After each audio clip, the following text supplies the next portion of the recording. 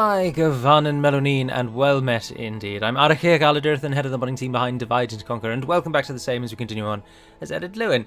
We are under assault by Angmar up north in Oin Saloon, as we have been for much of this campaign, if we are to be honest, but our reinforcing army is slowly making its way north under EMT Hungary Name General 3.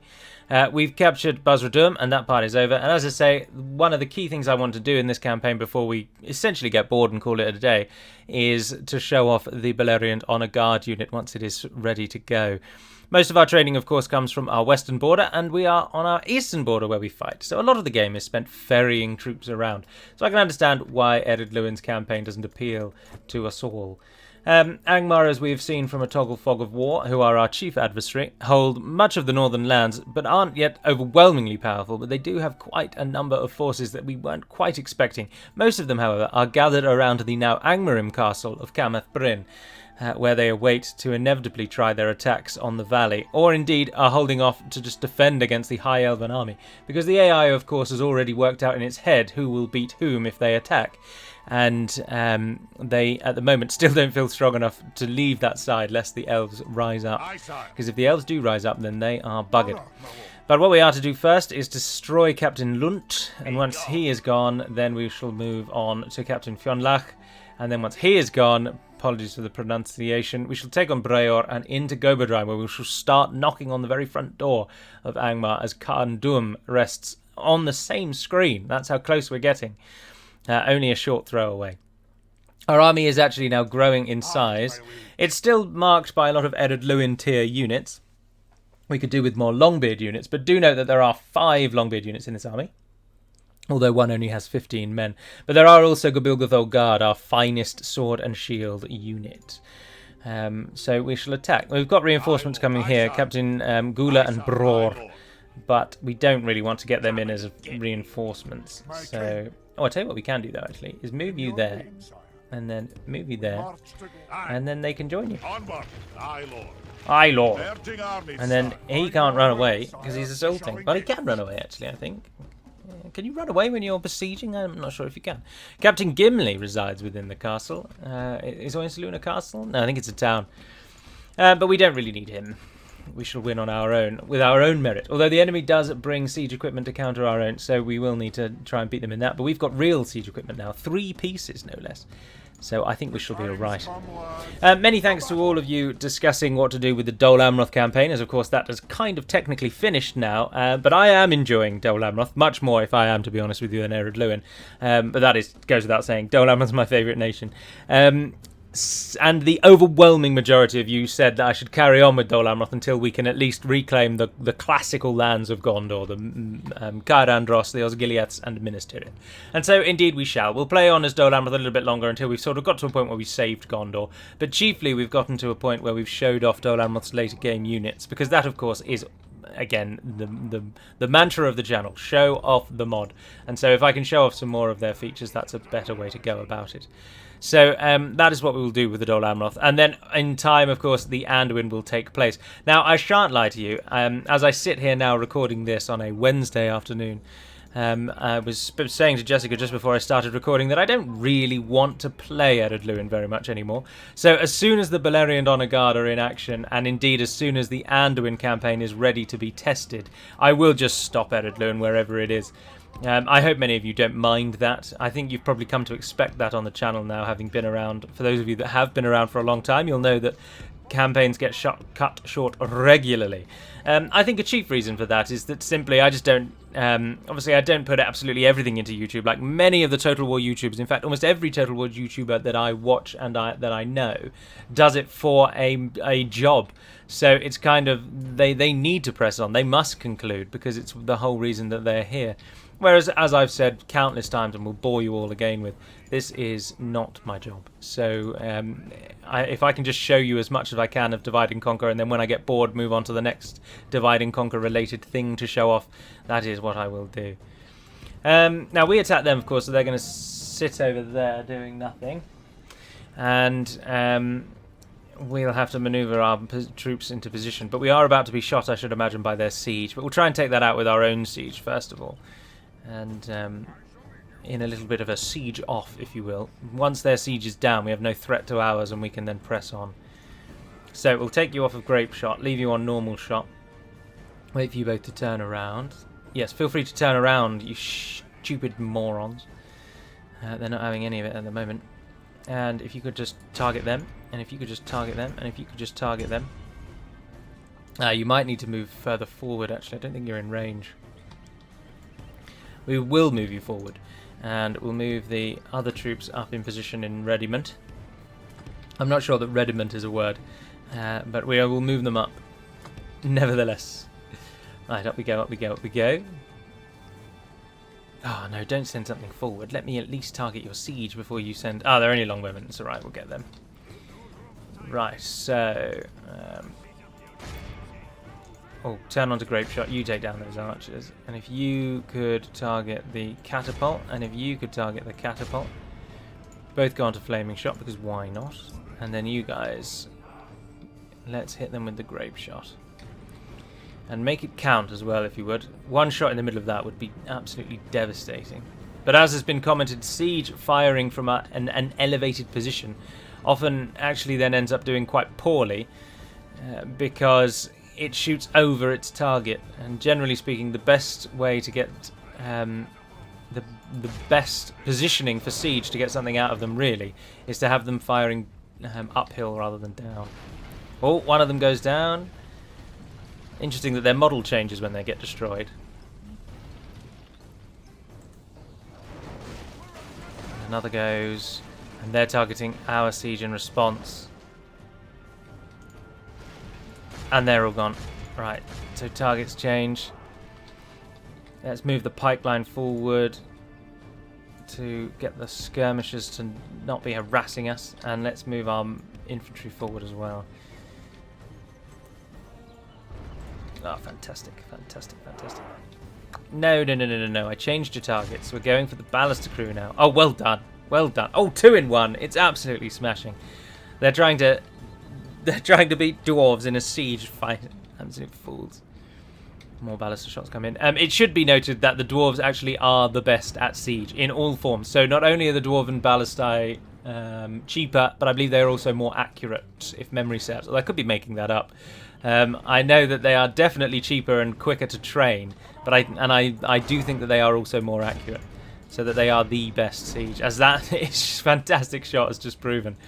Now I tell you what, we'll just tell you to fire at whatever you like now, and if you go into your grape shot and just shoot whatever you can as soon as you can.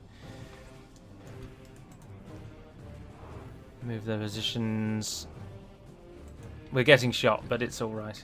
They're targeting our weaker unit, which is what we like to see.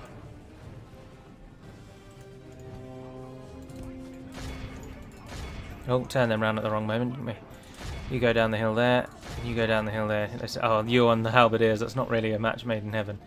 But it'll do, as long as you're targeting something. Can you shoot those Iron Crown archers? Yes, you can. Please hit them. True and steadfast, victory will be ours. Come on, catapult, give me at least one shot. Here we go, they're lining up.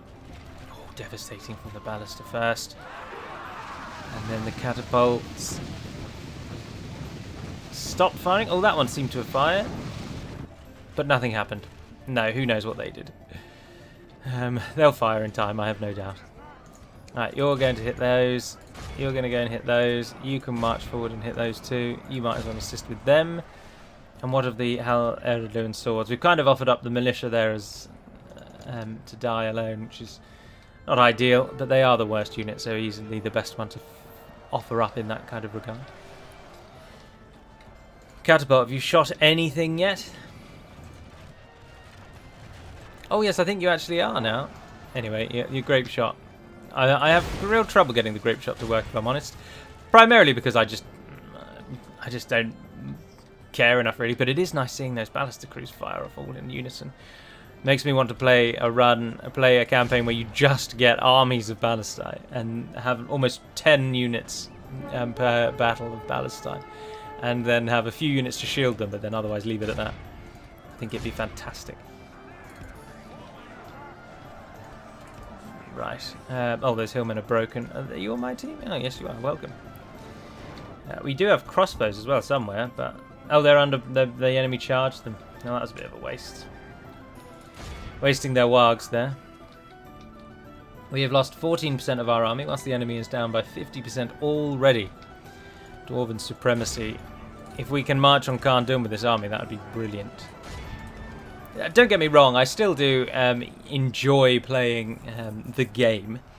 But I feel like we've kind of taken Ered Luin as far as we really need to go, and I don't really need to win with all the factions. I just need to show things off. And I feel like it's about the time. What kind of episode is this? 20-something?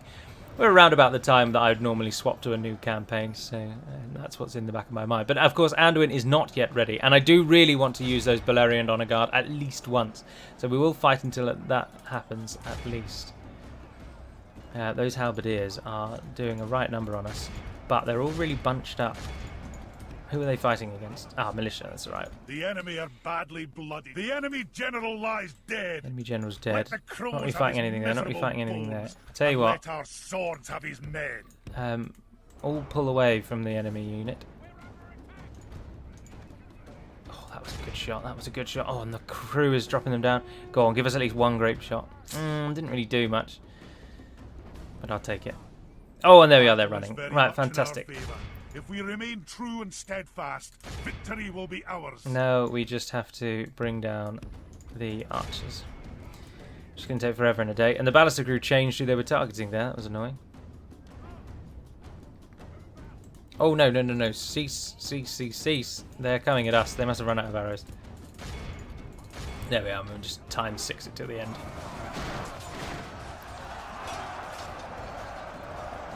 What's that over there? Oh, that's our general.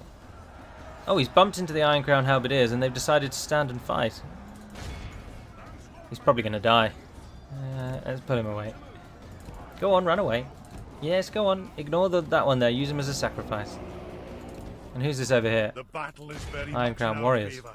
If we remain true and steadfast, victory will be ours. You're a pike unit, right? Drop your pike so you can sprint. Let's get involved. Those Halberdiers, are they the ones that were just running away and then now turned back to fight? That's annoying. And Longbowmen, have you come back into the fight, or have you... What's happened there? One of our units is routed. And it's over, there we go. 379, 911, I'll take it. Could have done with losing a few, but as we've already discussed at length, 110 Dwarven Catapult, well done, says. Playing as Ered Luin or any Dwarven nation is inherently a melee gameplay. Or rather, is always going to be a melee-focused game. The dwarves don't do range particularly well. Of course, they do each in their own way do range in some successful form. And Ered Luin, of course, has the best crossbows the game has. So many of you will be furiously typing away saying, oh, hang on, you've totally forgotten about their crossbows. And trust me, I haven't. But whilst one or two of their crossbow units are fantastic, they in no way compare to playing as a nation like the Northern Dunedain or the Woodland Realm, for example, where you almost usually have more archers than you do melee units. But for the dwarves, melee is almost all of your gameplay. So you're always going to take losses is the moral of the story. Because you can't not, really. Although we managed to lose no ballister crew there, that was good.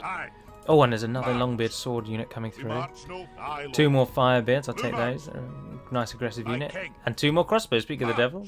Anything else coming from Gore's Hall? We've got Grimborn Reavers and Longbeard crossbows. Oh, that's fantastic. I'll take those as well if they are going. And we've got a full roster coming. Oh, yeah, we're actually building an elite army. What a rare sight on this channel. An army that is not made up of absolute trash.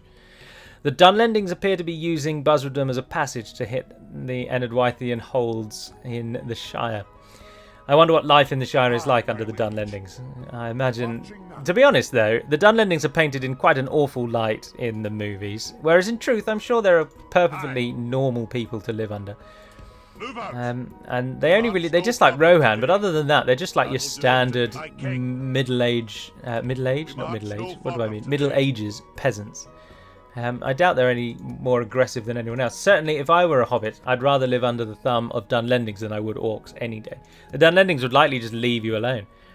So I'm sure the Shire is probably a perfectly pleasant place to live at the moment. Fionlach actually has no troops at all, I just realised. His army is pathetic, so it's Breor that we need to deal with. And we can do so quite readily by combining these 2 armies. But the force coming through from there would do better to bolster Grinfarn's force. We'll take from you that which still has fighting prowess.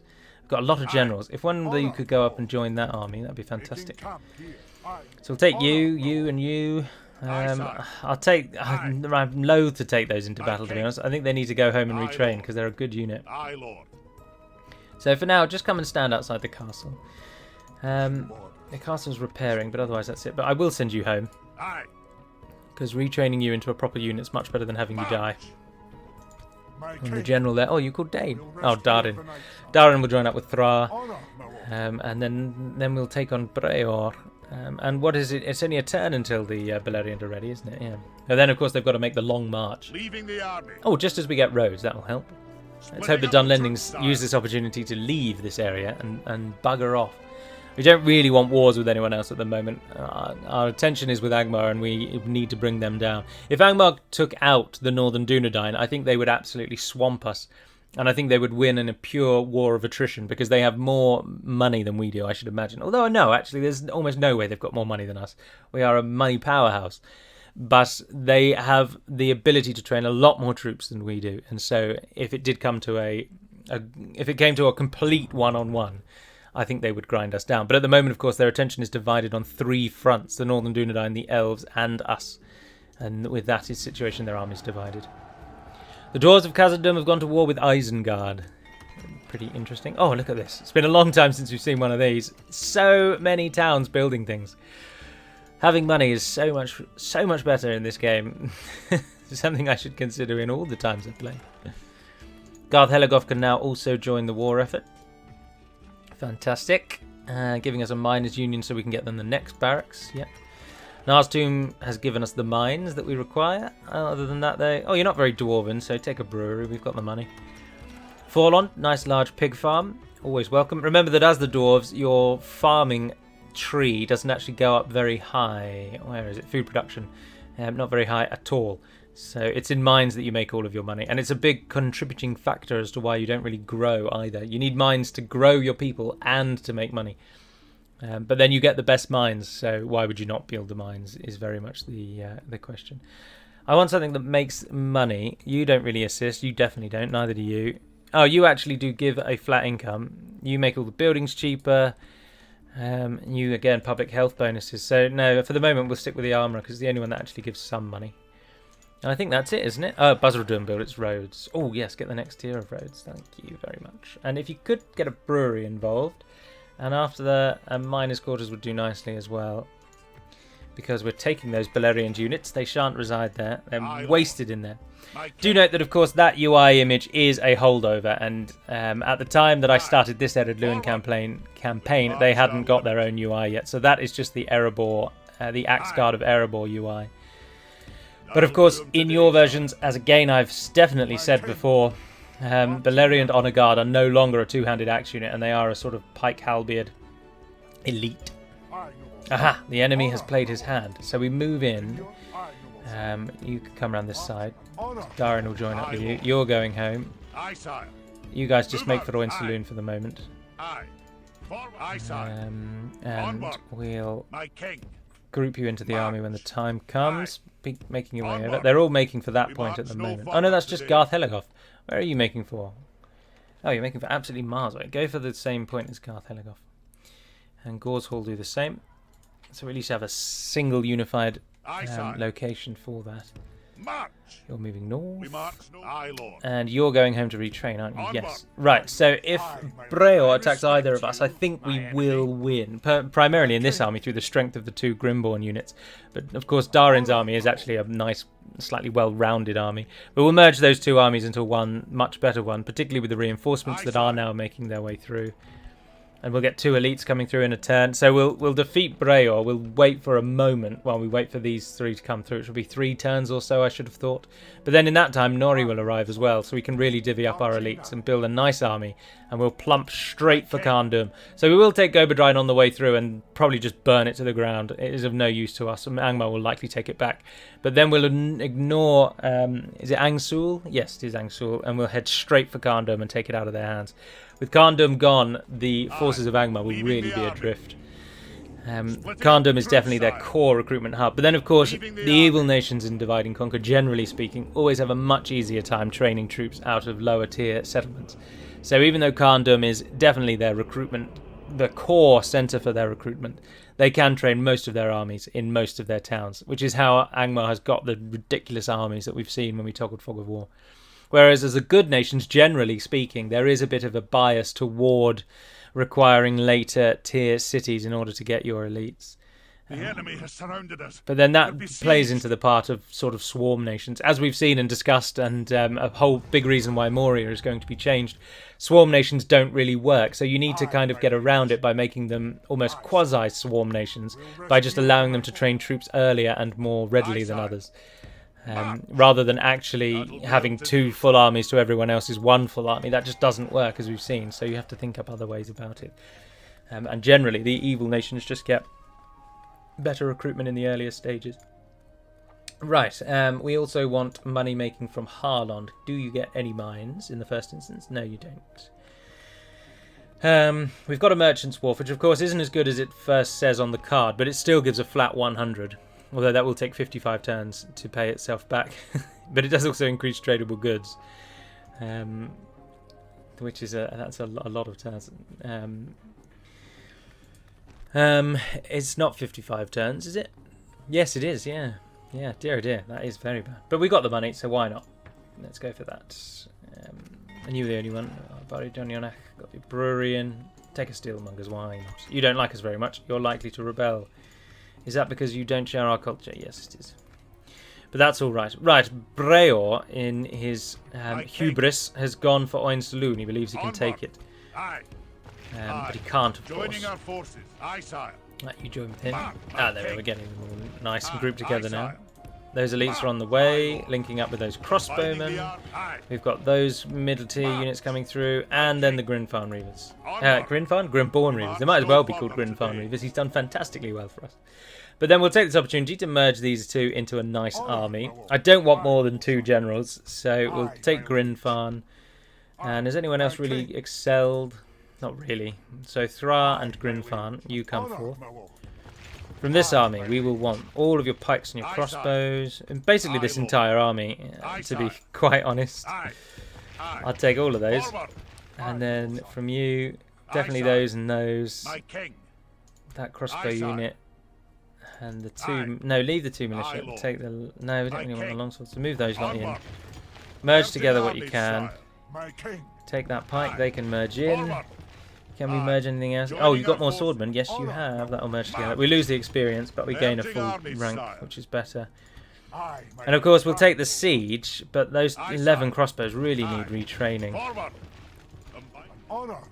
Right, and then you two can merge together with your sort of mid-tier average army. But Nori stands just down there. Or EMT, Hungry Name General 3.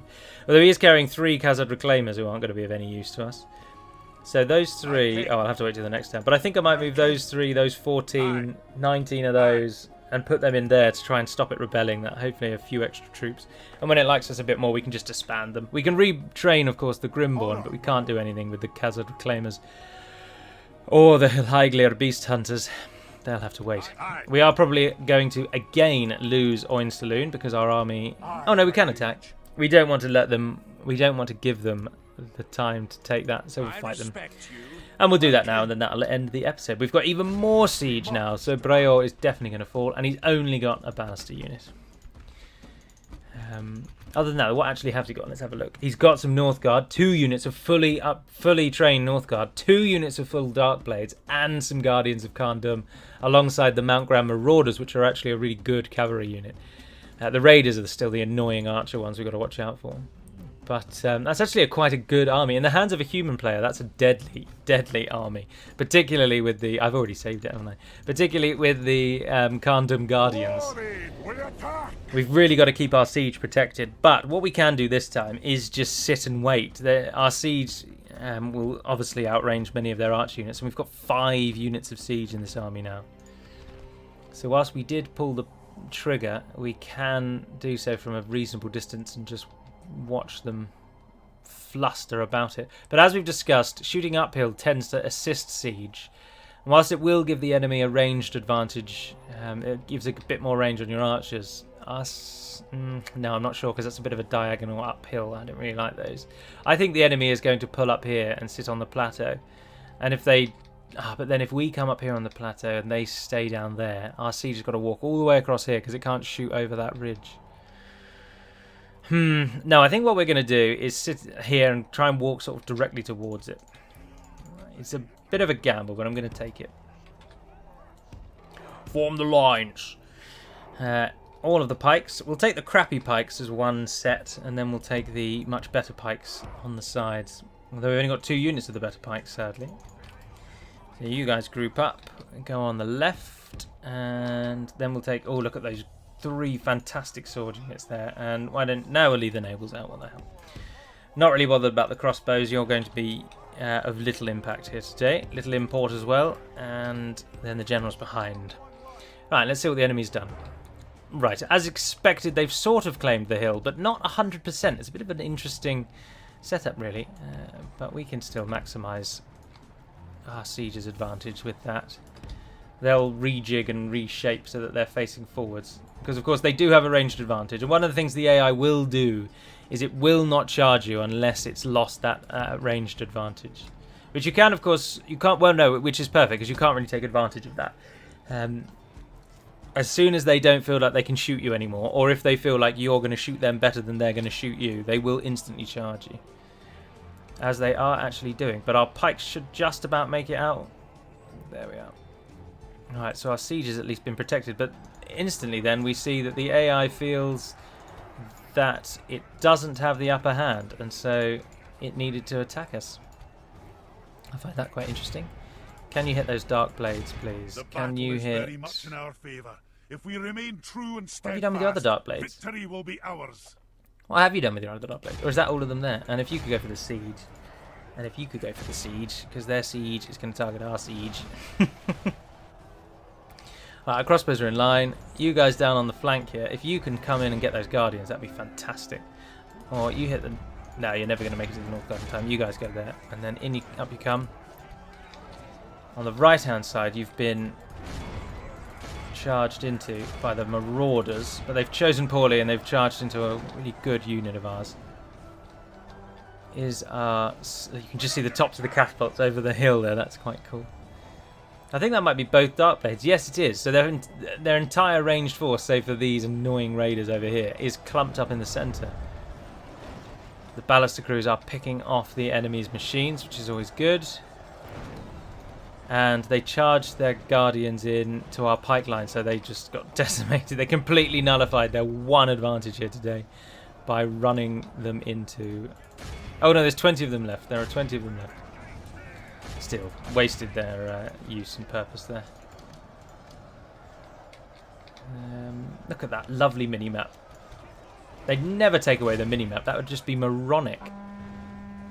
And down it goes. There we are. Right, so all of you can now stop and just target whatever you feel is best served. Only half the enemy force remain. Good tidings. Well done. The enemy general well done. Dead. The grape shot just took out the Gundam Guardians. Oh, fantastic. They do look good, though, don't they? Charging in on their Nazgul horses. It's a shame there's only 4 of them now, because now they're dead and done. Oh, please tell me you're not still targeting them. That was a very risky manoeuvre from the ballista crew. You on my team? Nope, you're dead. I think this is over, is it not? 10%! Oh, we've done fantastically today. Much better than that earlier battle. And I thought this was going to be another one where we pushed a bit too close to the enemy at the start and we'll pay for it. But in truth, it's been fine. And it ends 163, lost hardly any, and they lost everything. 184 kills, golden sword goes to a dwarven catapult crew. Well done to them, and they've gained a rank. Second place, 125, quite a jump, but the other dwarven catapult crew. The dwarven catapult is very much the dwarven answer to the elven archers. I think elven archers, in truth, though, would... No, I don't know, because a catapult at full strength has 60 people to man the machines, and they only need 3 dwarves per machine. So you need to drop them down from 60 to 5 in order to stop the actual catapults from firing. But of course, they do only get 2 catapults, and they are quite inaccurate. So I think elven archers would actually take the day if it was a one-on-one.